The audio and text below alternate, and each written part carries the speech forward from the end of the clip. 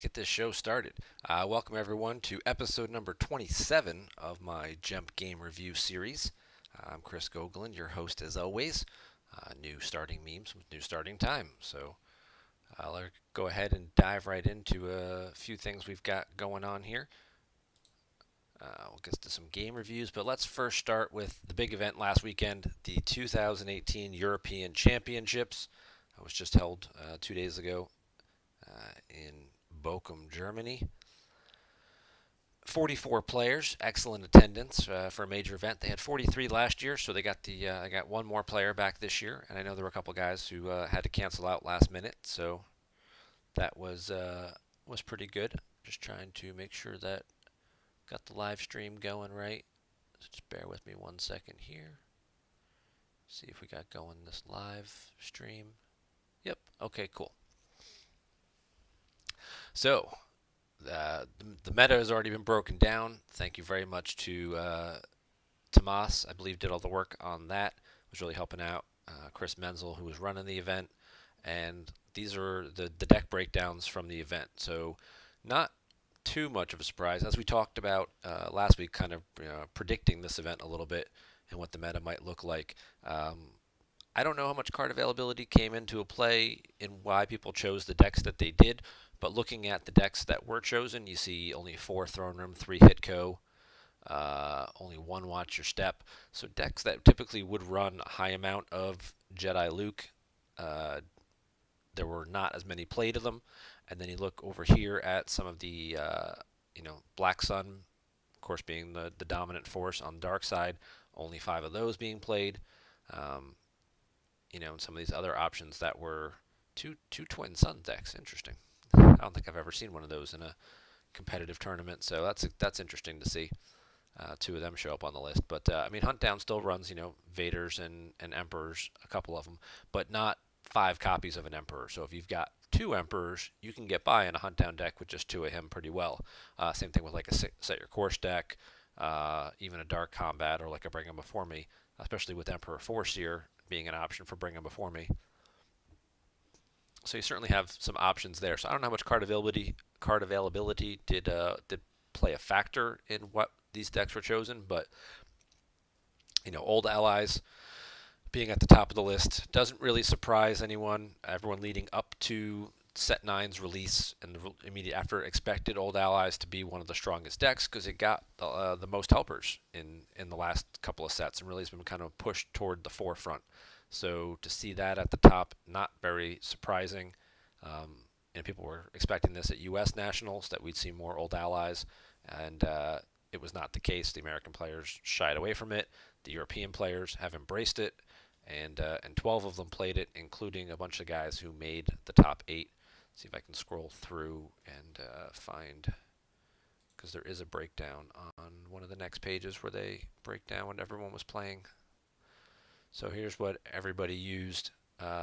Emil, who went 8-0 and ended up winning the tournament. Congrats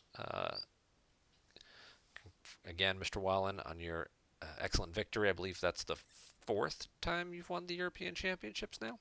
Maybe the 5th time. He beat Bastian Winkelhaus, who was also a 5-time European champion. 5-time, 5-time, 5-time. Not going to do the spinneroonie. I don't have enough room in my office for something like that. It's not without breaking everything. So he beat Bastian in the finals. But, Black Sun, Black Sun, Black Sun. I don't know what Casper played. Casper played Diplo for light side. Oh, I think he played some Tractor Beam deck or something. I think he was playing like a Hoth CRV Tractor Beam deck. So 3 of the top 8 played Black Sun and Old Allies. Old Allies. I believe Justin said he played Old Allies as well. So 3 of the top 8 also played Old Allies. So Old Allies and Black Sun were certainly more of your popular decks. They used WAP in the team event, and the guys who made it to the end had the best records in the team event. They were all 3-0 with WAP. Emil, Bastian, I think Crypto, those guys who were in, they teamed up. So and Angelo as well. So WAP went 9-0, but was not really played much here. Surprisingly, only one person actually played, despite it going 9-0 and beating several Black Sun decks. Only one person played it for Lightside out of 44 on day, on the main event. So I guess they opted to save it. All right. I guess they opted to save their better decks. They used WAP in the team event, did really well with it, but didn't need it. And see if we have a. I don't think we have a list yet of everybody's decks for who played what on Sunday. See if here's the actual standings. Emil 8-0, Bastion 7-1, Justin Branch, Silver Glen, who we've reviewed quite a number of his games, right there at third. Congrats to him that's one of his first live tournaments. I think he played one of the regionals, like the Welsh tournaments or things like that. But his first big major event, finishing in third, that's a pretty big step. So transitioning from the online version on GEMP out into the real world. Congratulations, you're taking your first step into a larger world. Crypto, no surprise there at 6-2. And then some other guys, Jonas, Casper, Cone, and Kieran. Cone and Kieran have really come on a lot this year. Also winning a number of, their regionals, Ryloth, Hungarian Open, and those kinds of things with some strong finishes in those events. And not surprising to see those guys there. I expect to see them continue to do well in future European events. And I always love when you look at the list, just the way that they just have the names. It's Patrick the Hun, Mark the Pirate. Like I can't beat Mark the Pirate. I don't know. That's just some pretty impressive stuff that they've got going on there. So Mr. Bird, Darren the Good. Okay, so yeah, so there's the standings there. Casper did play Tractor Beams and Diplo, but it was off of Hoth CRV deck and then a Diplo Guts. The deck lists haven't been posted yet, so obviously we'll get to see those hopefully in a couple of days, maybe by the end of the week. But with only, just under 2 weeks away between now and the World Championships, everybody's really anxious to see what those look like so they can start seeing if they want to make any changes to their own versions of the deck, maybe see some things that people didn't think about, or what else might come into play. What if Old Allies is going to be at the top of the lists? I don't know. That's the other question people are having too. Are the Europeans, because there's 9 of them who are coming to Worlds, how much was their meta going to influence the U.S. meta for the World Championships? And if Old Allies was fairly prominent, does that mean that we're going to see more of the American players jump on the Old Allies bandwagon, and now suddenly it's going to be, if you've got 65, 70 players at Worlds this year, are we going to see 20 people playing Black Sun and 20 people playing Old Allies? I don't know. I'm betting the numbers will be a lot lower than that. I'm betting the numbers will be a little bit more diverse than that. I think there's enough other decks on each side that a good number of players are going to try and steer away from the obvious. If you can avoid playing Black Sun and Old Allies and Hitco and Throne Room and Hunt Down, and kind of steer yourself into decks you feel more comfortable with, like Diplo or Prophet or Watch Your Step or WAP, QMC even. And then on the other side, some entanglements, map. We saw a couple bring them before me on the list. Some CRV type decks, whether it's Coruscant or Hoth or Bespin. And then of course you've got Scum, mostly through Court, usually, or even like the MCOS Greedo deck. Set Your Course obviously has been one that's been moved up a little bit, being played a little bit more frequently after U.S. Nationals, with both Steve Salucci and Brian Mishke doing well with that. So there's a lot of variety on each side of the fence here, and that could, I don't think it's going to be as, people are talking about like, oh, it's going to be 50% this, and like I don't think we're going to see 30 people playing Black Sun. I think we'll see like 12 people playing Black Sun, which is 1/5. So what's that of the field? Give it, So it's that 20%, which seems a little bit more reasonable. So let's move into some game reviews. We talked about the top decks. We've got Diplo and Set Your Course here that we're going to look at in just a minute. But first, we're going to start with Black Sun versus Old Allies. Because, I mean, hey, they were what was at the top of the curve. Obviously, these builds will be a little bit different than the players in Europe used. So our game here, Link, it was submitted to us by BryanIrish. He will be taking on MJTurner in this matchup here. Bryan is the Old Allies player, and he'll be playing against Black Sun. He's going with the Brave Resistance, Rebellions Are Built on Hope, and Walkling start, probably running multiple. Oh, he's running lead, looking at his hand right now. Usually, sometimes this third effect you'll see will be strike planning. They use that, get General Leia and Lando for the Falcon, and kind of set that up. Bryan's build looks to be a bit different here. As we can see, he did not start that. He started Walkling, and then we look and see in his hand, and he's got Leia, Rebel Princess, instead of General Organa. So we're curious to see exactly what he's got going on here. And then on the flip side here with Black Sun, traditional Shadows Wipe combo, and going with Crush for the third effect. He may not have a third effect to alternate something else. Sometimes you'll see Battle Order First Strike. I've seen a few people even using like Combat Response to get like Fett and Ship, or Guri Stinger kind of set up that way.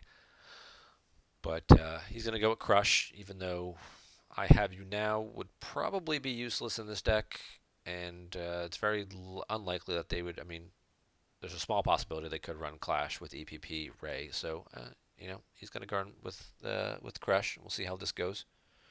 So, but let's go ahead and get this game fired up here, and now we'll get a look.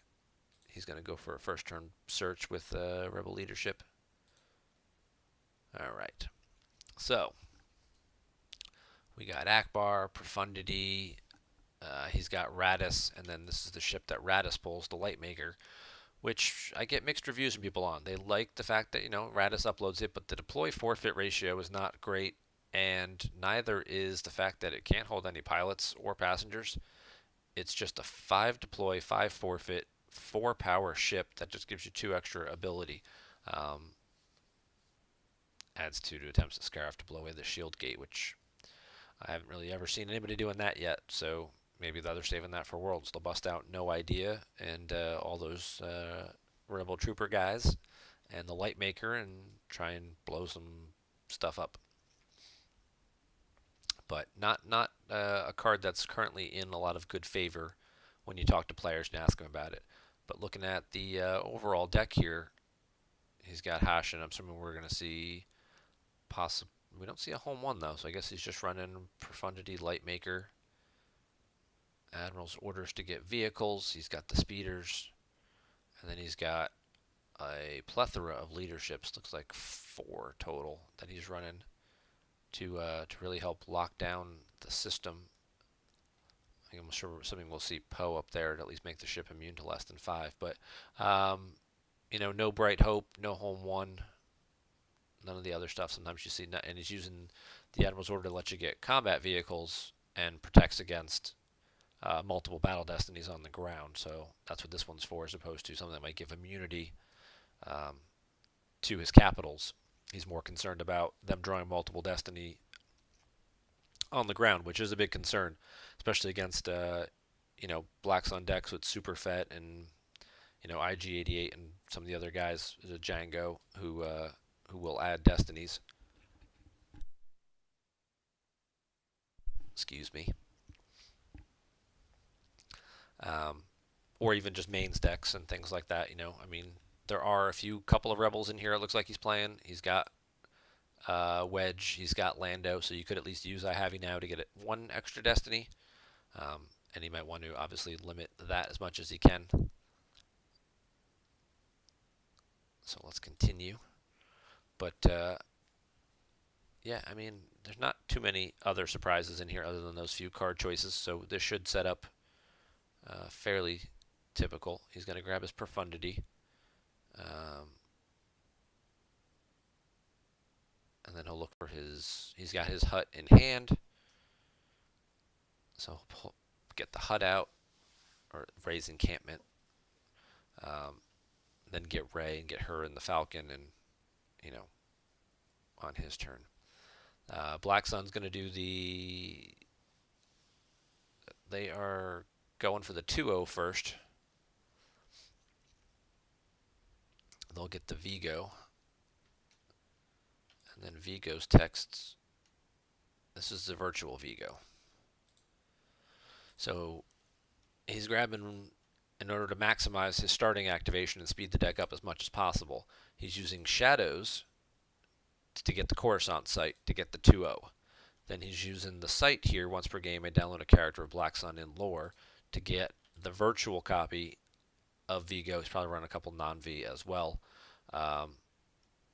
He'll spend the 2 force to get him, and then once per game he can use a force to get a battleground site not on table, and use that text to then get the palace, which will then get the next site. So he ups his activation pretty significantly by getting 3 locations out, with having none of them in hand, as opposed to taking the time, and usually they'll get this and then pull the second site, or just get this and then draw or something like that. And then usually this is the site that comes down turn 2, and then like Emperor goes to it, and then they start, marching him out. But in this case, because of the Vigo, he can kind of accelerate that process a little bit. And now he'll grab one of his other sites. He gets the sewers. And he's got a free Emperor. Goldenrod was pulled, so the Emperor will cost him 2, which will slow down his movement.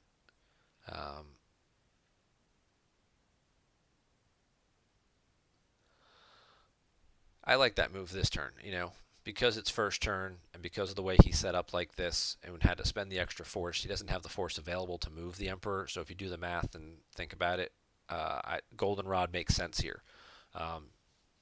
When this site comes out turn 2 and they're activating 10 or 11 force, wasting a shield pull to make them pay 2 for the Emperor isn't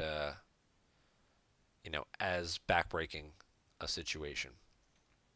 It's going to grab Solo with the Brave Resistance. Okay, so we'll get the site, and then I guess we'll do Solo Ray. Ray move, Solo on the Falcon. Ray here. Ray will move over, and then probably take off for now.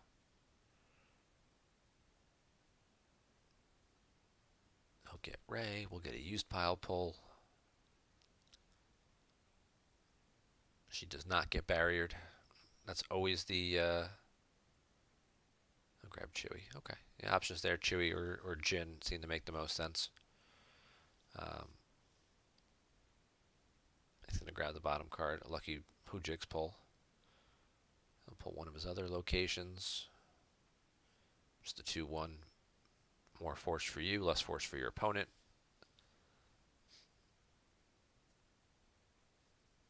And then we'll see Ray walk over. That flips the objective back. She'll get in the Falcon. And then whether or not he flips it to vehicle mode and just leaves it there or takes off to the system is always debatable. Taking off to the system is usually the safer play. Most people tend to do it. Especially without General Lando in this particular build, because at least General Lando on the ground, you can play the leadership to limit them from drawing multiple destiny, and he also adds 1 to maneuver, so therefore it's harder to shoot. So he'll take the damage, and neither player pulls battle order in this case, so he gets a drain of 1 in as well. And now he'll go looking for that third and final site. So Turner's got all his activation out. And now he's going to try and get to 3 battlegrounds and cause a Shadows ping. He's just going to slide his guys. He'll do that now.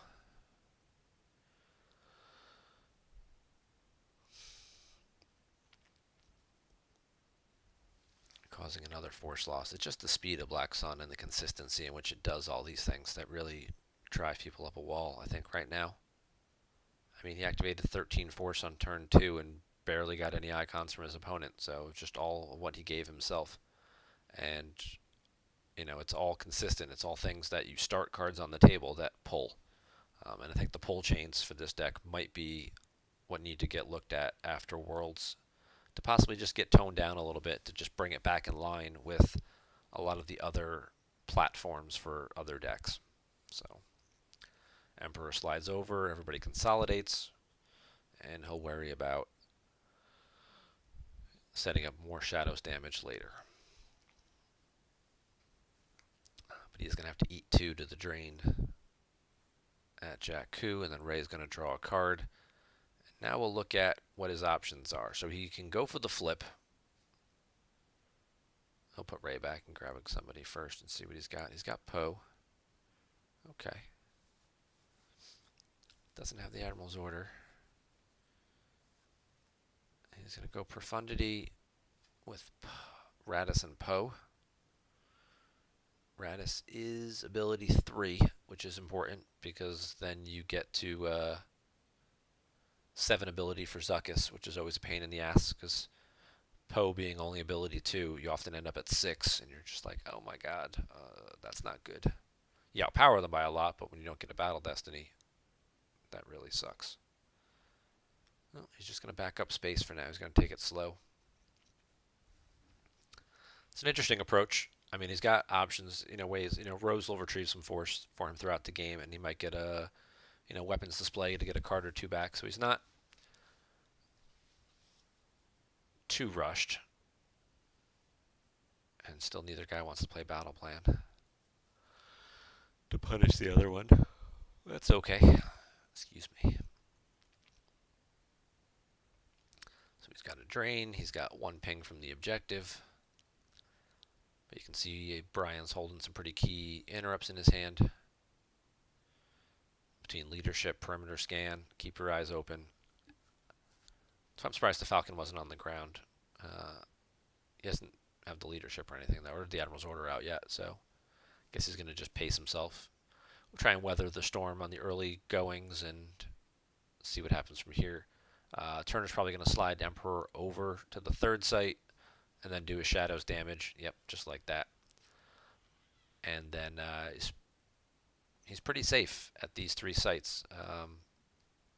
He moves Probot over to back up the Emperor.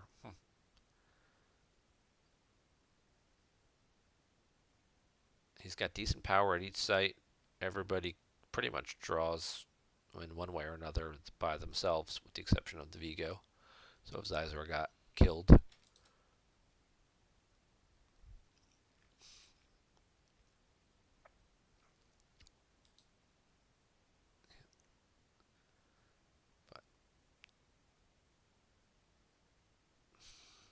now Turner's just going to continue to press his advantage. Use Wipe to activate. Take a Force Lightning, which he'll send the Force Lightning used to look at all the cards in play. Now he's going to pull Battle Order, make his opponent pay for this drain of 2, which he will because he doesn't really have a whole lot else to do with all this extra force. Darrow and Imbalance. Darrow's a good Black Sun agent. Very underrated, very strong little guy. What does Darrow do, you might ask? Well, Darrow gets you droids.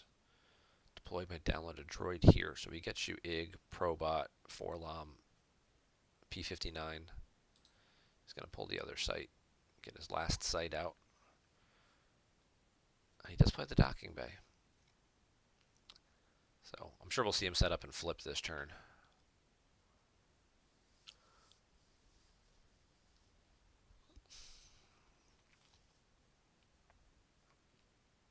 He's got a leadership. He's got Rose. He's got BB-8.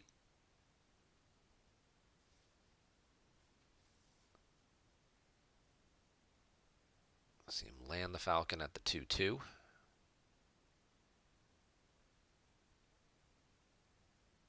Flipping both objectives because now he occupies, he controls, no, you have to control 2 sites and occupy the system, or control the system and occupy 2 sites. In this case, he meets it either way.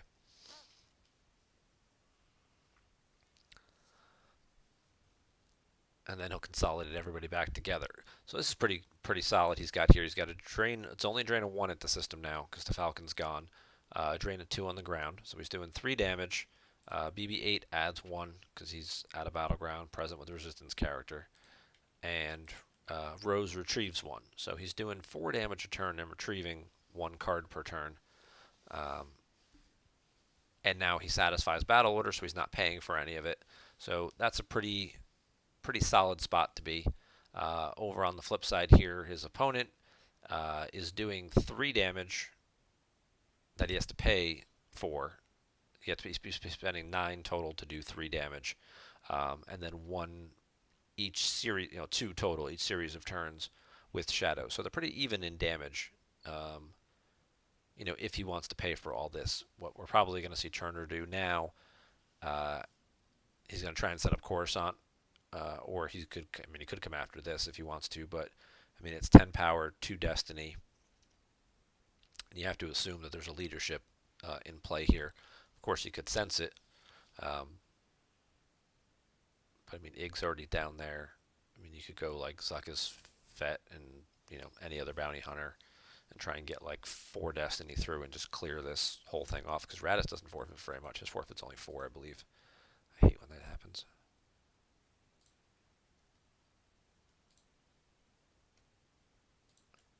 Yeah, Radis is only forfeit 4, so if he were to draw higher, he'd obviously make sure Akbar dies. If he draws an 8, he's clearing both pilots. And there is not a resistance character here, so we can't use the objective to subtract 2 from a destiny either. So that could get, it's really going to depend. He's got 16 cards in hand. He only saved 1, so he's going to set for stun somebody. That should probably be the Force Lightning he put back. Oh, it's a Force Push. Interesting. Okay. I guess he put that back instead, or just happened to know that that's where it was. Well, obviously he looked, saw it was a 5. Or he looked for Force Lightning, so obviously, no, he did not put that back. Otherwise he would have taken it. Okay, so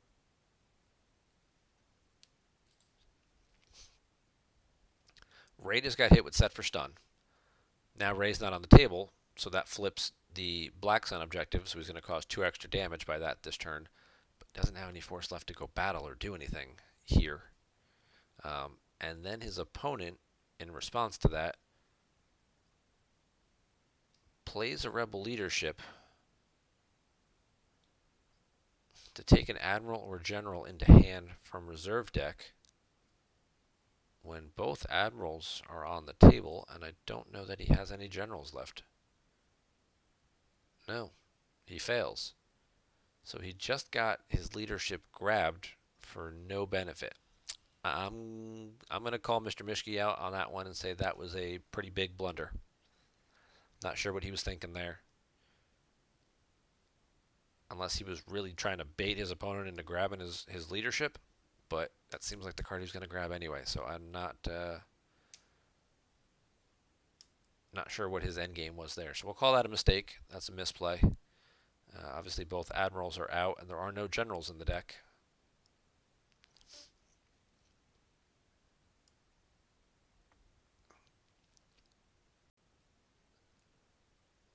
And Turner's going to send Zam to one of the other Jakku locations.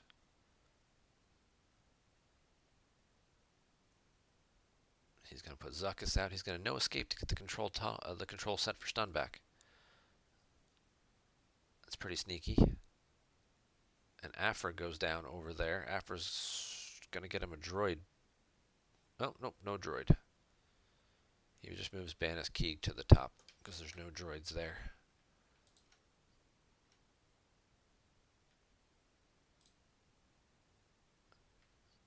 But we get Greedo.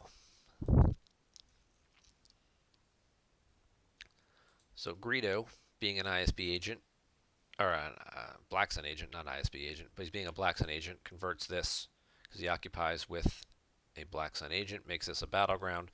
So now he's got battlegrounds galore. Oh, thanks for stopping by, CRG.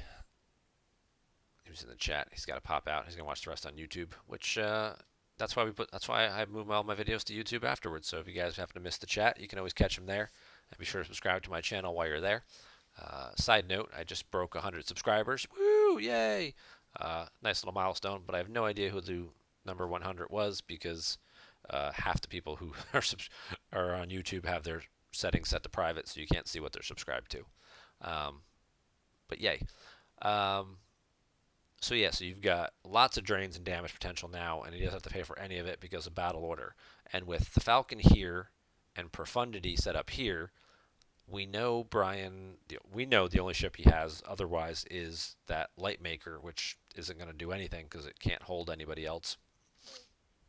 And Profundity can't move far enough because it's only hyperspeed 3. I mean, Hashin, I think, adds 1 to hyperspeed and could speed it up, so it could get 2 Coruscant. But at best, it could do is move over. So realistically, this is going to be a ton of damage. These guys might be in trouble. Especially Afra, who doesn't draw by herself. But, you know, if he's got some tricks, if he's got a barrier, or probably a Gick, and he just wants to just force his opponent into committing cards to the table, he's done a pretty good job by spreading out like this. Bryan does get to retrieve with weapons display, which is kind of what we anticipated, that throughout the game he'd get a couple of chances at that. But now he's got to really think about, you know, what he wants to do. Where does he want to send? He's got to put Rey back down to flip the objective back. Where does he want to send her? Oh, excuse me. I apologize for that if you heard that.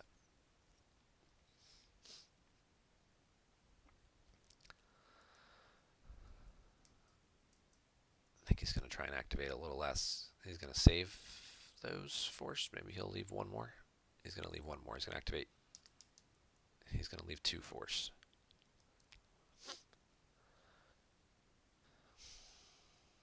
Still gets the force lightning back. Just going to keep cycling that through.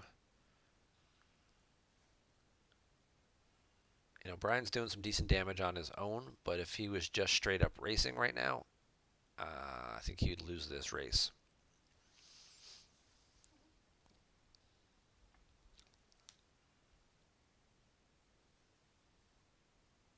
Oh, he's going to play the control to cancel the force drain. I thought maybe he'd save it and set it up again to set up a set for stun again. But I guess he doesn't have other cards he wants to lose. So he's just going to lose it instead to block the drain at 2. And then he'll lose the Evader Monarch that he just cycled back, and then 1 more for BB-8. Oh, and it's U-3PO, his undercover spy, who would very much come in handy.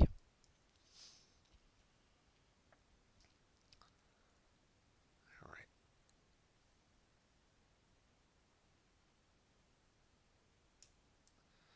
So he's going to use Padme, and he's going to use Lor Santika. Tika gets the bounty. But Lor Santika, me thinking, not come down alone.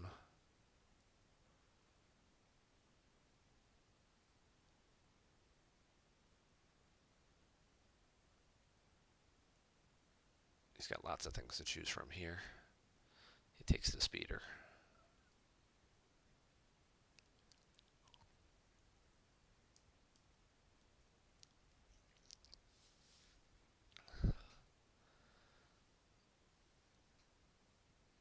You know, Leia Rebel Princess is an interesting call, especially against Black Sun, which has a lot of aliens.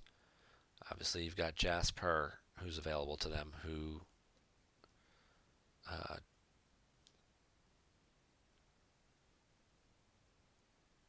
he's got to lose 2 for being excluded for weapons display. So there goes a Palpatine and a Fist. He draws the Rogue One for Destiny. It's just going to be Afra and a card. I think she forfeits for 3. Yeah. So it's her and a card. Not worth playing the Gick then. I'm sure you have any card you can lose rather than it. Oh, and there goes Jasper.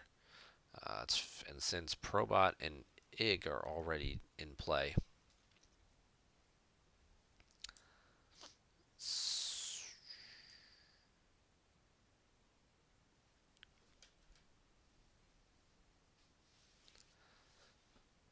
Well, Ray deployed -2 over there. I was trying to think, like, would it have made more sense to do these guys the other way? Because he wasn't getting a Battle Destiny here, so Padme could live, and oh, he draws less than, he only draws a 2 anyway, and she's immune to less than 3.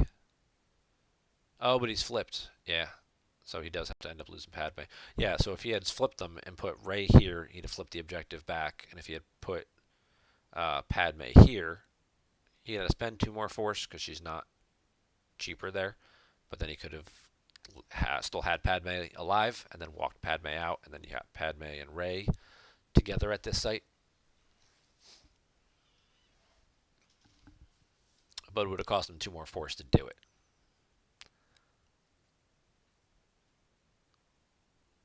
So, some debate as to whether or not that would have been more optimal. I don't know how much Padme is going to come into play in this game anyway, so she's just one extra character with a decent deploy forfeit.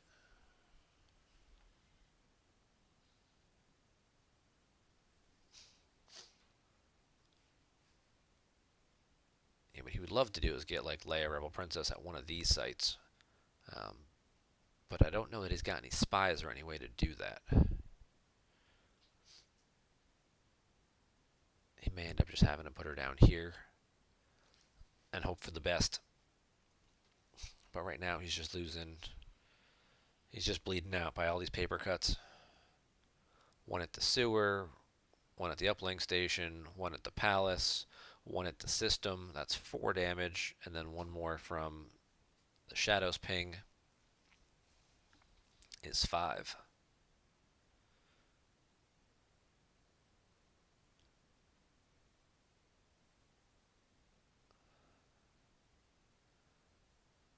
And now comes the Ellis.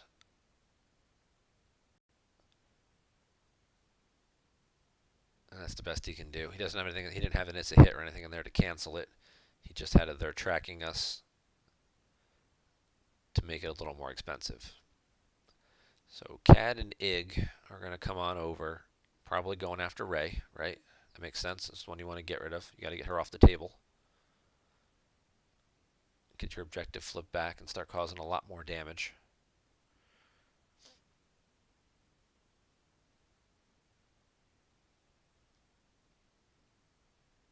Going back to revert. Is he thinking about maybe he wanted to grab the Ellis, which is a good card to grab?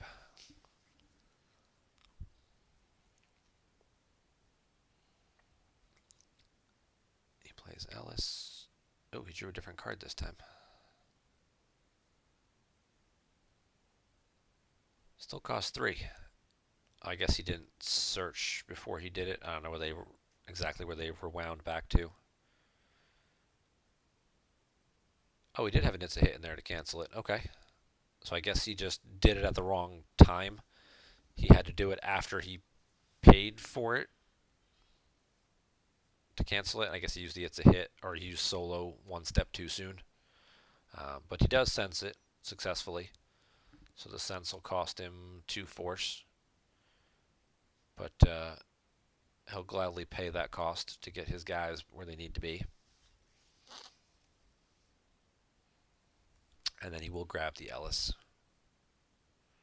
Because obviously that's a card he does not want to see played again and again.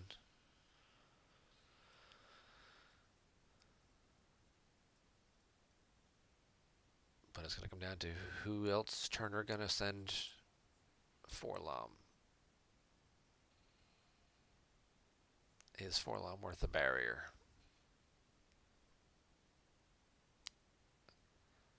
Well, we've seen his destinies. We know that that's fairly likely. Oh, but he draws the Guri. Yeah.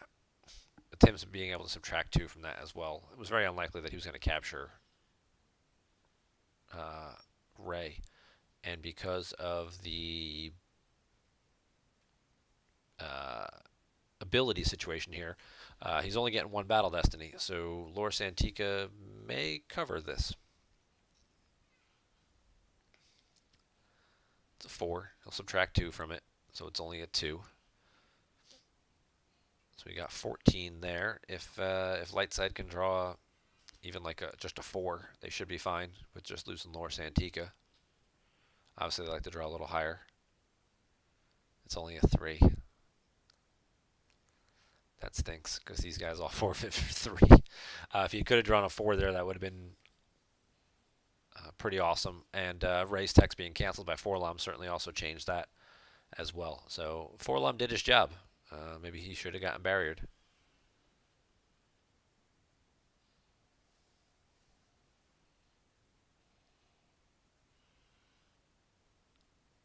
Case was wondering why he grabbed Ellis. I think Ellis is a decent grab in that situation. It's late enough in the game. You certainly don't want him looping that card around on you and moving people around to chase Ray or set up, bigger drains or things like that. And you're both down to like 15 cards left face down or so. So grabbing Ellis in that situation, just taking an annoying card out of play, seems reasonable.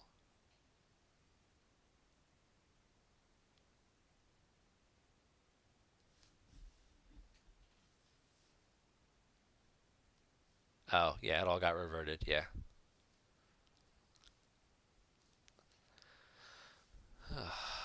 So what does Bryan do here? He activates all of it.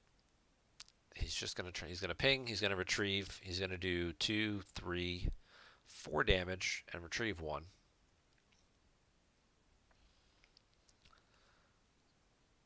Which again, he's keeping pace. Both these guys are pretty low on card total right now. I mean, they've got a decent number of cards on the table. And still decent sized hands, but they don't have a lot left down that they're working with already. And we're only on turn 5. So the pace of this game is just, pretty accelerated. And now he's got his opening, though. He does have his opening. Because now he's got a battleground site he can put Leia at.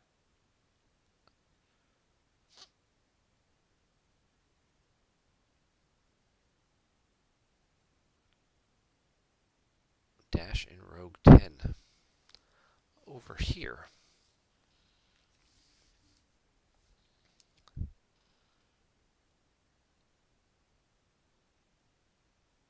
We'll see if he moves that away. Yeah, he's going to move that over here to the bigger drain site. And then Ray will move away from these guys, staying at a battleground. And right now he's still just trying to race him, he's trying to just outpace him.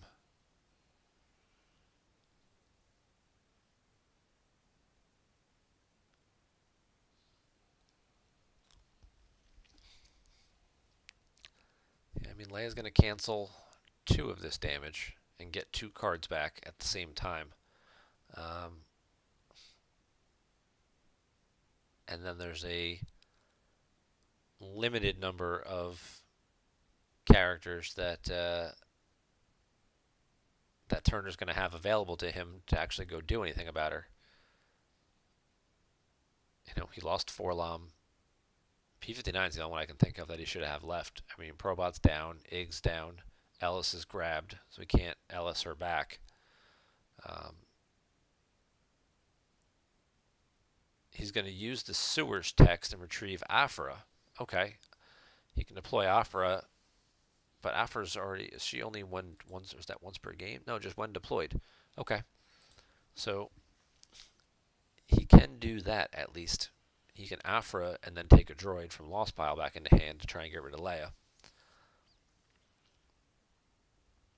She goes over there again for free. Picks up. Nope, the only droid I guess he had in there is Forlom, because Probot's on table, Ig's on table, and we don't know. P59's probably in his force pile still.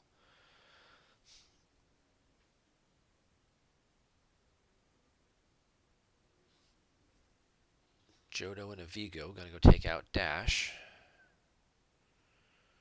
Or not, because he doesn't have any Destiny left. And P59 is going to go block Leia, which doesn't do him a whole lot of good, because again, doesn't have any Battle Destiny left.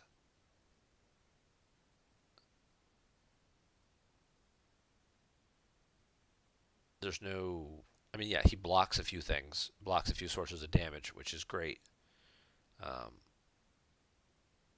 but neither player's drawn Battle Destiny, so it's like, I'll just make you lose a card.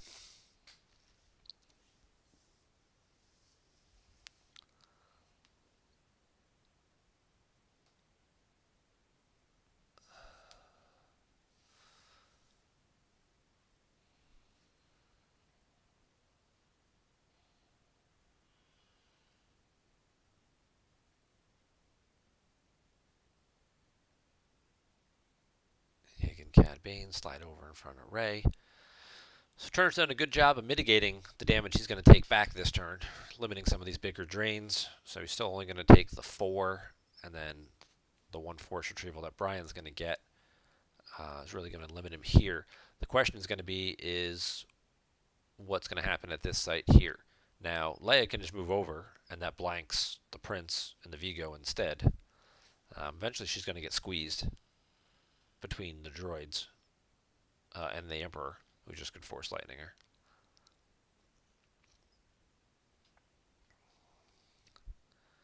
He's obviously got characters in hand, like Chewie and Lando, but I guess he wants to...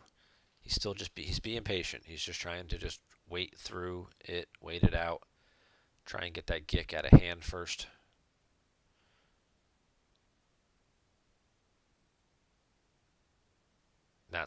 There's the costliness by not being able to draw that Battle Destiny.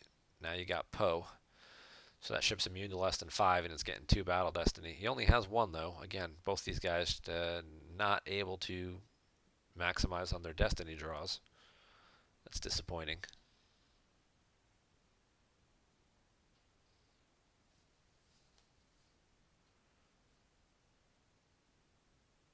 And we get a Boba Fett. It wouldn't matter anyway, actually, think about it, because Jedha would have just canceled the second one. If opponent draws more than 1 Destiny, may cancel 1. So if he had drawn the second one with Poe anyway, Jedha would have just canceled it. But he did only draw the 3, drew the Fett, so he's immune to less than 5. No battle damage, no attrition overflow. But Vigo will live, and Vigo will get to at least block a drain for another turn. You know, that's a drain of 3 at this site, so the longer any characters survive there, the more they're kind of blocking it out.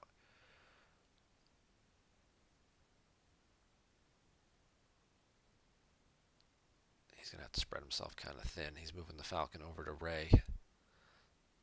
She'll hop in.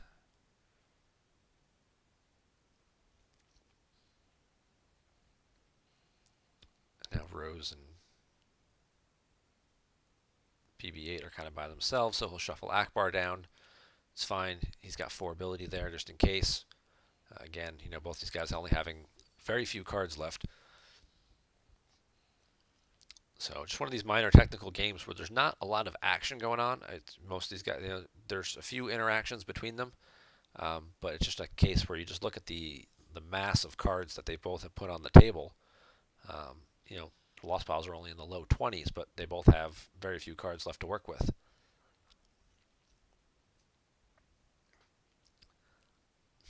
So now we got some forced loss coming here.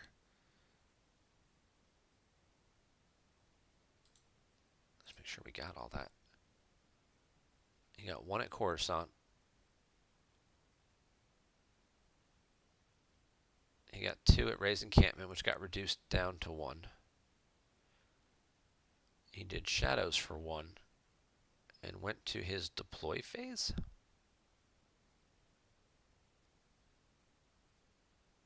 That seems like he missed. Why didn't the Emperor drain? Why didn't P-59 drain? Why did we... Coruscant, Ray's Encampment, Shadows. I was going to say, Leia already did her cancels. Just scrolling back through the chat here, just trying to figure out.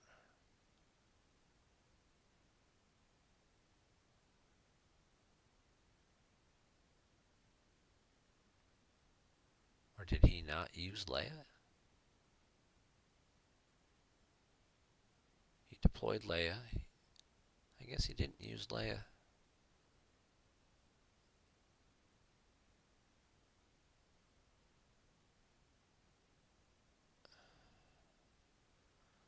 No.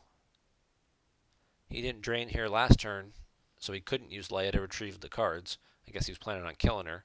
So then he's not draining here again this turn because of Leia, because she still has her abilities left. So that's interesting. So right now I guess we'd be even, because he would have retrieved 2 force using Leia's text last turn, and then he'd have lost those same 2 cards this turn, so the net total would be even. So if he can't get rid of Leia now, then Leia has prevented more damage than if he had just let her use her ability. Obviously, it would have given him a little bit more force to work with on his turn, having 2 extra cards, but it also means you'd be draining on these turns faster.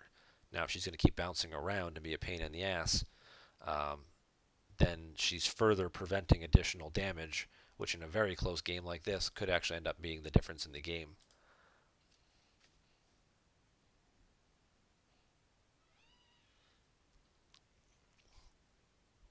So he drains, he spreads.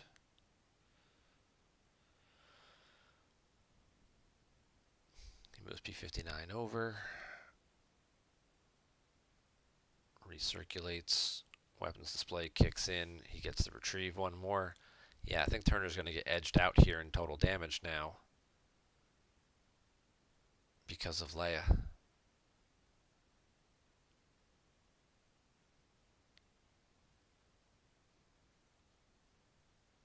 Because he's going to get the drain of 2 there. He'll get 1 here now, drain over IG. He'll get 1 there at the system, 1 from BB-8, so that's 5 points of damage. Rose is going to retrieve 1. He got 1 back with weapons display because he didn't battle after deploying Dengar. So yeah, just Leia's going to be the difference between losing a close game and winning a close game, it looks like.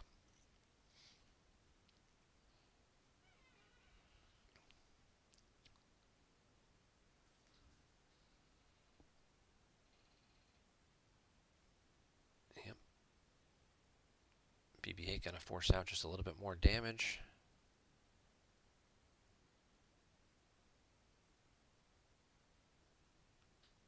He'll beat up on the Vigo.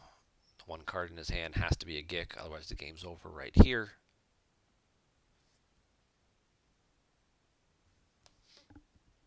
It's a Gick.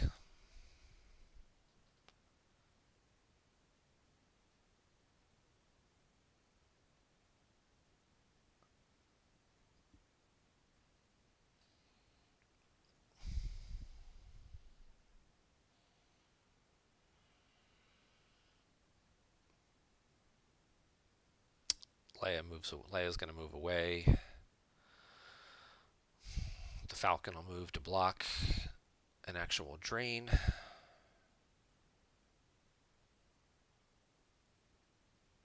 Causes the Shadows ping while he still can.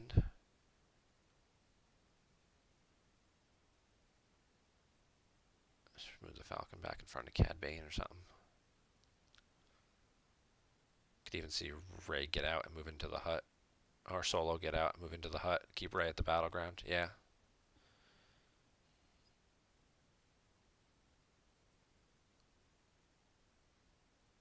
Yep. Slide Leia away. So this is just good positioning by BryanIrish.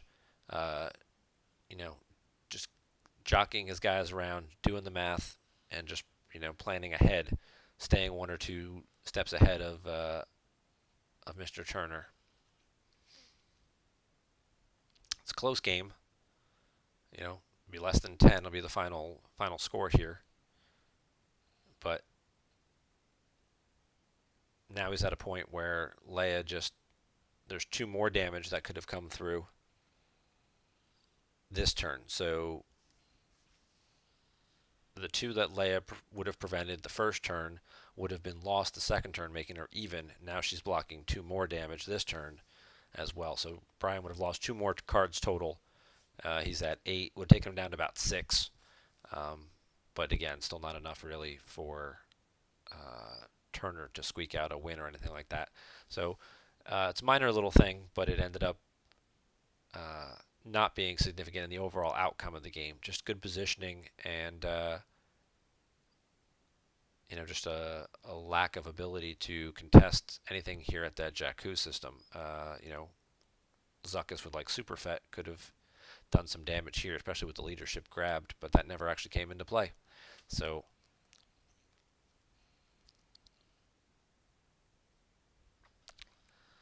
and Bryan is the winner as Turner concedes to end that game. We're going to take a quick 30-second break, and then we will be right back.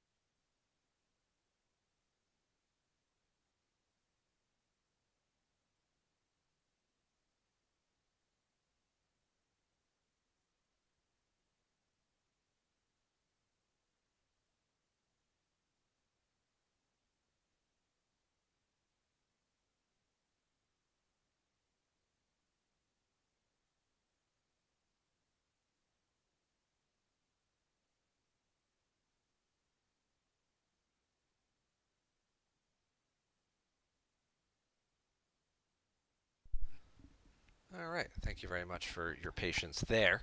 We'll move on to game two real fast here. We've got Diplo versus Set Your Course.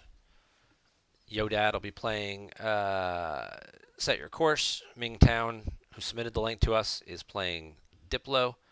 But this looks like anything but your traditional Set Your Course deck from Yodad, as we see the Inkling card, which lets you flip in the objective and blow up this Jedha City site, and bow to the First Order, which indicates obviously some First Order characters. We also see Galen Urso, who must lose 2 force to fire a super laser, which is kind of the anti Set Your Course card, and for him to have him in his opening hand is pretty insane. Diplo started Rebellions Are Built on Hope, which will help him get Profundity, Strike Planning for some general guys, and Guts, making his guys more powerful. His ability 3 guys, power and forfeit +1, +2 if they're at a Jabba's Palace site. So typically you'll see the audience chamber, the antechamber sites with the ability 3 rebels who are a power and forfeit 1. There's a lot of them that you can run in Diplo. I've looked at this myself. I think there's easily upwards of 10 of the ones that you really want to play. There's like 7 guys who will really trigger it. Leia, Lando, General Solo, some of these guys from Galen Urso and Saw Gerrera are ability 3. Wedge. So lots of options here. General Crix Madine is ability 3. Mothma technically is ability 3. So we'll get a quick look when he pulls. Goes to he's not.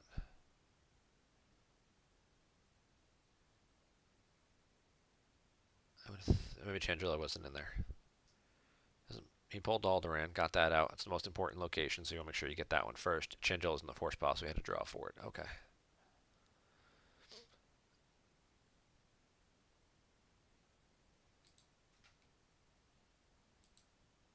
I gotta back up here for a second.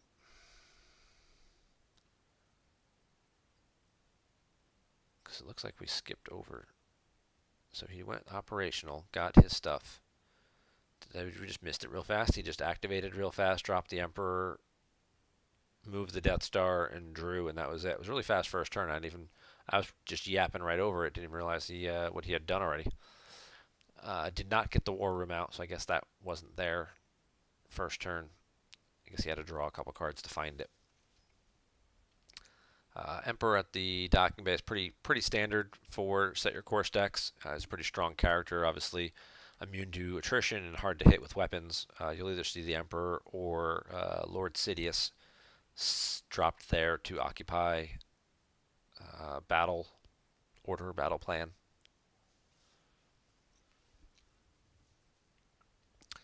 He gets Krennic. This is the Director Krennic who flips your objective. Death Star. I'm sorry, it's on this card actually. If Krennic on Death Star may flip Set Your Course, flip it back at the end of turn. So actually, it doesn't matter which Krennic you use. Excuse me, got the hiccups now. Once per turn, Death Star orbiting a battleground, peek at top 2 cards of your force pile, take 1 into hand. Okay. So yeah, looks like he's running both interior sights. Yeah, it's pretty solid. Keeps you away from things like Imperial Entanglements, who typically play lots of exterior sights and vehicles. And then any other types of main stacks that just run Blizzard 4. They're going to be a little more limited in what they can do. Corran Horn to the Death Star War Room right off the bat. He's going to play Masterful to go get a Gick. The card he really needs is put all sections on alert. That would cancel Corran's game text and prevent him from drawing Battle Destiny. But it looks like Mr. Krennic here is going to get crushed. He forfeits for 5 though and doesn't take any battle damage on the Death Star anyway, so there's no harm there. But it also, well, he's got 2 of his systems out already. He got Jakku out, and he got Karita out. He doesn't have Jedha though, which is what he needs to orbit in order to blow this thing up.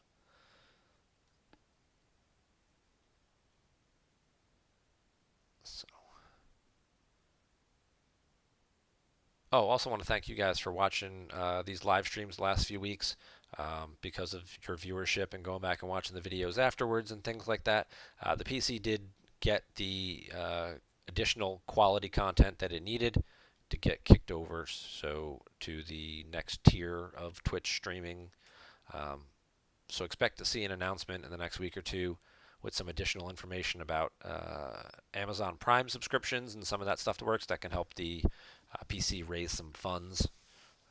I know Queso, who's in the chat right now, will be getting some more information together along with the rest of the marketing team to try and get that going. Finalizer PV to the Death Star. Death Star is going to move from Alderaan to Parsec 3.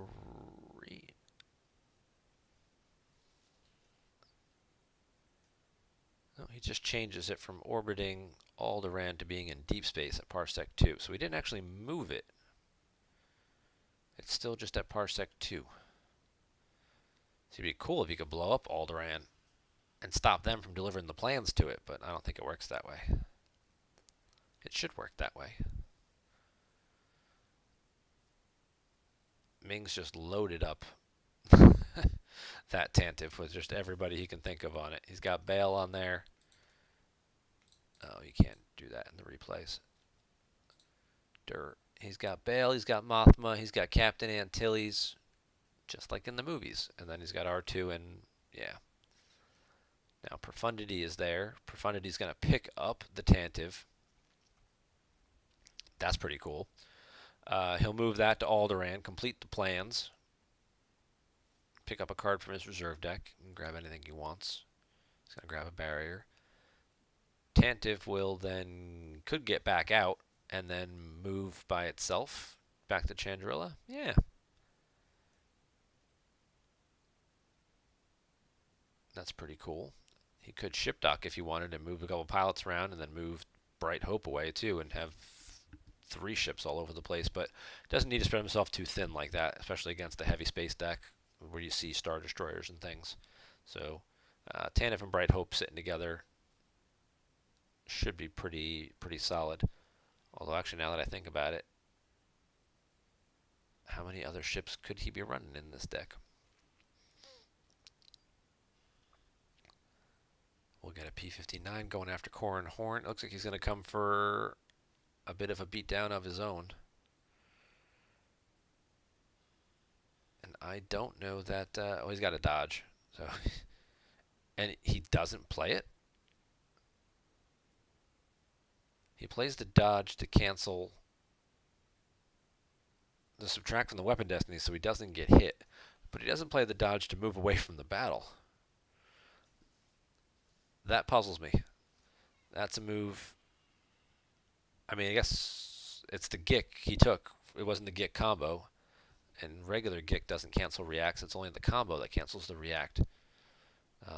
So Corran Horn's going to get beat up pretty good here. I mean, he does have a Hujix, but he could have saved that for a later day and just moved Corran Horn in front of the Emperor with the dodge. The shield wasn't out, so it wouldn't have cost him extra force to do it. Mothma pull Delavar into hand.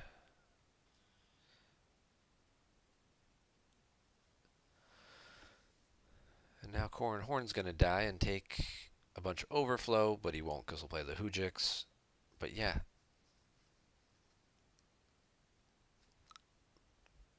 I'd have just dodged. I'd have used the dodge and moved away. And then seen if the Emperor... I mean, the Emperor battles him then too, but... You know, at least you're not taking any overflow, and you can save the Hujix for a later day, especially when you decide to spread out on some Tatooine sites like he's going to do next turn.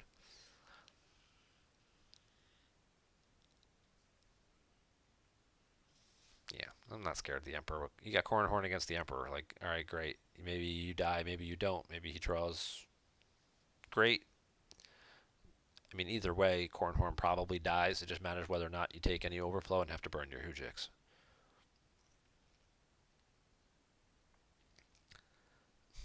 Now we're at Jakku with our finalizer with the Emperor on it. I don't know why the Emperor's up there. I guess the Emperor's up there for extra forfeit. Which seems unnecessary because Lightside's got their 3 best ships in this style of deck already on the table. And you've probably already verified his deck to know whether or not like there's like a home 1 Akbar kind of thing in there. It's another ability 3 rebel. There's Galen. Unless the other site wasn't in there. So now we get some Rogue One characters we don't get to see played too much. So we're going to have to stop and read this guy real quick. Because what does Saw Gerrera do? Attrition against opponent, +1 here for each of their characters present. Okay. Opponent may not reduce your force drains here. Okay. Once per game, if in battle with an Imperial or Rebel, lose top card of the reserve deck to cancel a non-immune to sense interrupt. Alright, so you could stop something like Force Lightning or Destiny Adder or Command. Hidden weapons. Number of other cards that could be annoying.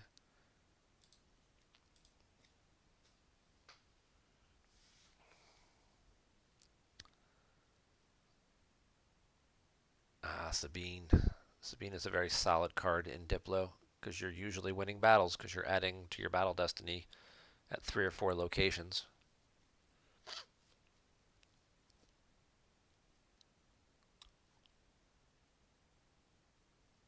We'll see if he slides all his ships over. Profundity moves to Jakku, and he's got enough force left. He could move Tanev and Bright Hope as well. Now we're just going to chase this finalizer around and not take any damage in the meantime.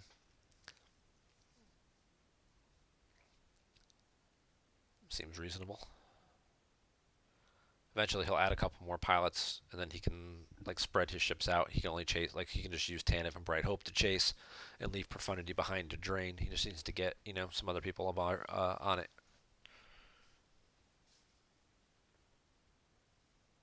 Like Antilles maneuver to get pilots out. He Perhaps Major Bren. Norm. No, it's Cliff, actually. Just extra forfeit. He's not a pilot. Alright. Opponent may not react from here, so maybe he stops him from reacting. Maul's going to get barriered. It's the card that Darth Maul hates the most.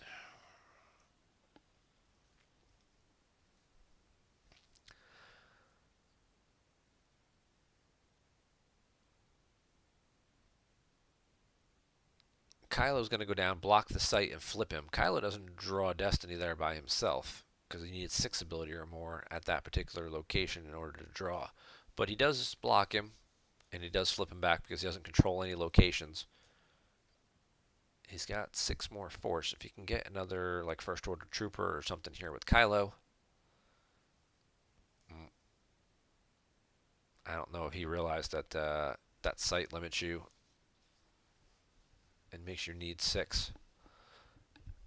So he's not going to get a Battle Destiny, and Cassian can use his text and put a guy out of play to cancel a Weapon Destiny. So he can keep Cassian from being hit, because Corrin's in there that he lost earlier. So this will be a misstep by Yodad.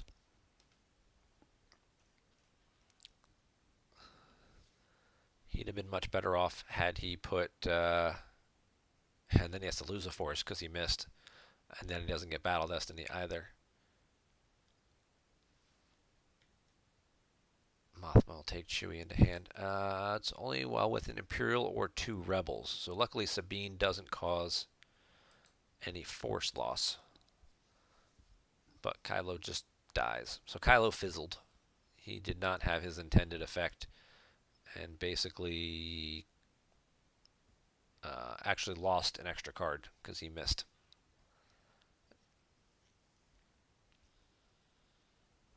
And then it's runaway time.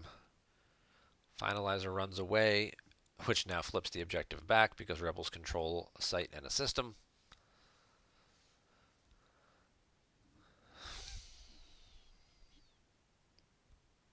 Yes, this is a rough spot for Yodad here. By losing his Krennic so early, he's really seeming to be struggling finding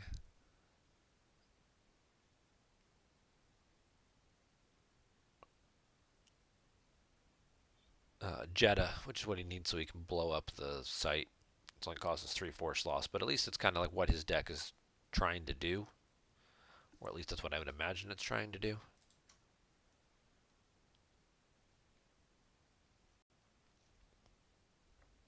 Hey, he can shoot it for 4. Of course, he'd have to lose 2 more force with Galen, because, yeah. Why wouldn't Galen Urso be in a Diplo deck and be in Mingtown's opening hand? That's more just unfortunate luck.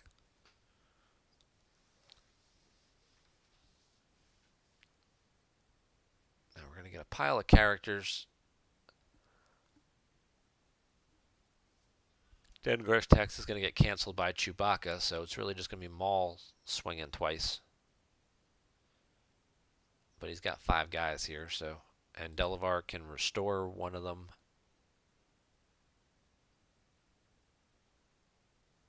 So, Maul's really only going to be able to hit 1 guy. And then Lightside's going to win the battle. They're going to retrieve a card. They're going to cause quite a bit of force loss. Probably clearing both Maul and Dengar because of the power difference. Maul takes a swing at Delavar first. Delavar can restore himself, so I'm sure he'll do that.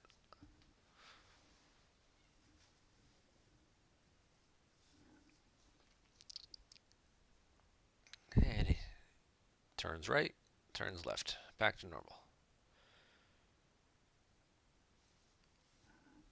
Oh, I don't think he has enough force left because Cal Alder makes you use a force to fire a weapon.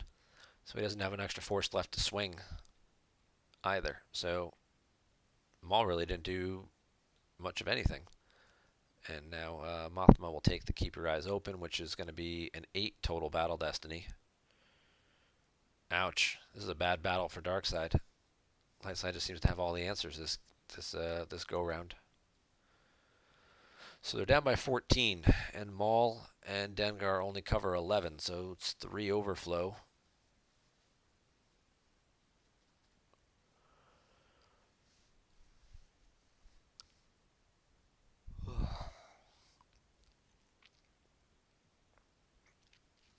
Yeah, 3 overflow or the Gick that they took earlier.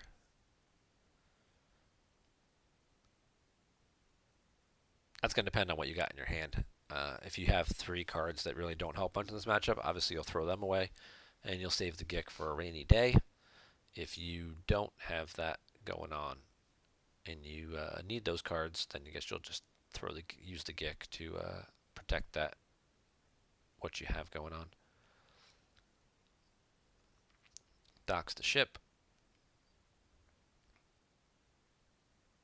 Moves over, just giving chase to the finalizer. And Mingtown's just slowly going to methodically grind Darkseid out of this game. You know, Yodad's got 7 cards in hand, but it's like you can't battle in space. He's going to Ellis. P59 and Phasma to the Dune C. Okay, that will work. Except he's got the It's a Hit in his hand to cancel it. Because again, Mingtown just has all the answers this game. But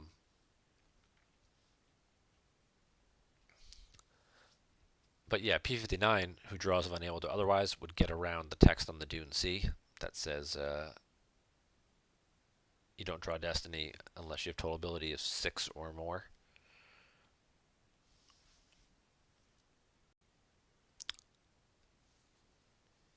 Dooku, First Strike, Force Lightning. There were some pretty solid Destiny cards in there when we saw him check, so he could Force Lightning Cassian, and because Sabine's a little harder to hit. Oh, I hate when it does that. No, he's just going to battle first. He'll retrieve the Ellis, which may come into handy a bit later.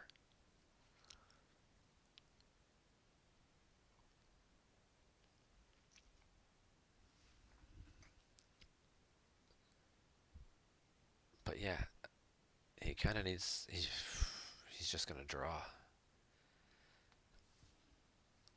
That would have been a good opportunity to Force Lightning to get rid of Cassian, because he's only ability 2.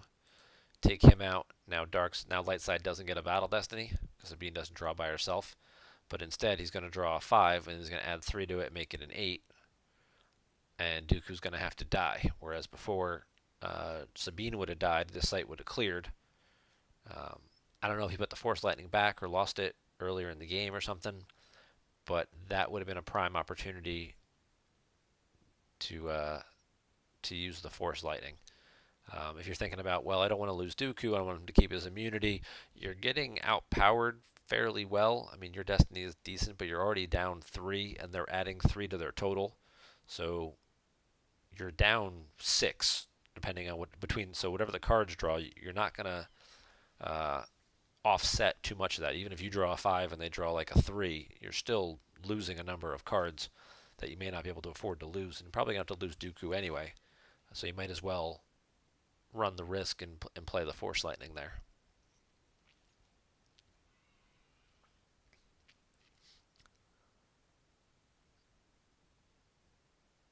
And then they're going to battle in space.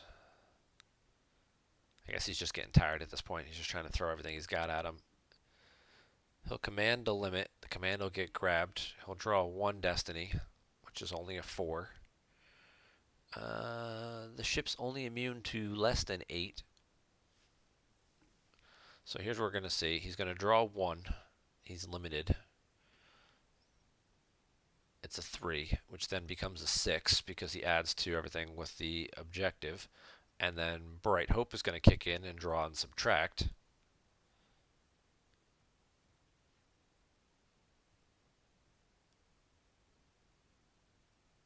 and he draws a 4, which basically sets his battle destiny back to 0. So light side loses nothing in this battle, and dark side is down by 8.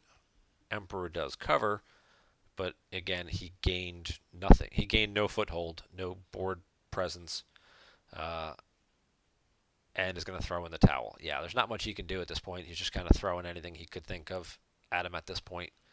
And yeah, Mingtown's way too far ahead and just seems to have all the answers at every step of every turn. Between it's a hit to cancel the Ellis, Galen in his opening hand to cancel the super laser, Korn to go kill Krennic, um, the Hujix to absorb all the extra battle damage, and the dodge to move away should he have needed it, and then getting all the space stuff out very early. I mean, he can pull his Profundity and Tantive Start's untameable, but getting Bright Hope to go along with it, really just limits it. So thank you to BryanIrish and Mingtown for submitting game links. Thank you to the 6 or 7 people who popped in and out throughout the live stream here, and all the people who have watched the videos later on Twitch and my YouTube channel. And be sure to subscribe to my channel as long as you're over there checking out the video. It's going to wrap it up for this week. We will not get into any OCS stuff today. We've already run an hour and 20 minutes, and I don't like to keep these things running too long. Hopefully, Queso will be back up with the 3rd episode of Hollow Theater coming up soon. I also know that the European players, while they didn't have live stream, they did record some of the games. They did have some equipment there. Hopefully, they will be uploading that sometime soon or making it available to the PC directly, and then that'll get streamed with some overlaid commentary, which I think would be really awesome to do, especially if Joe is available again. He did such great commentary at Nationals that everyone seemed to like, so hopefully we can get him involved with that. But I know he said he's pretty much only playtesting and focusing on everything deck related until Worlds. We'd have to wait 2 weeks to do it after Worlds if we wanted Joe, or maybe do it sooner. Maybe we'll do some of the games sooner, break it up into like 2 or 3 episodes, make it like a series of its own, and just do a couple of the games without it. Have to talk to the other guys on the streaming forum, see what they want to do. But thank you to everybody who submitted links. Please be sure and keep sending them so we can keep doing these. I know a lot of newer players have said they enjoy watching them and learning little things and nuances about the game, and just even just seeing different card interactions and thinking about things. So, but that's going to wrap it up, and you guys have a great night, and thanks for watching.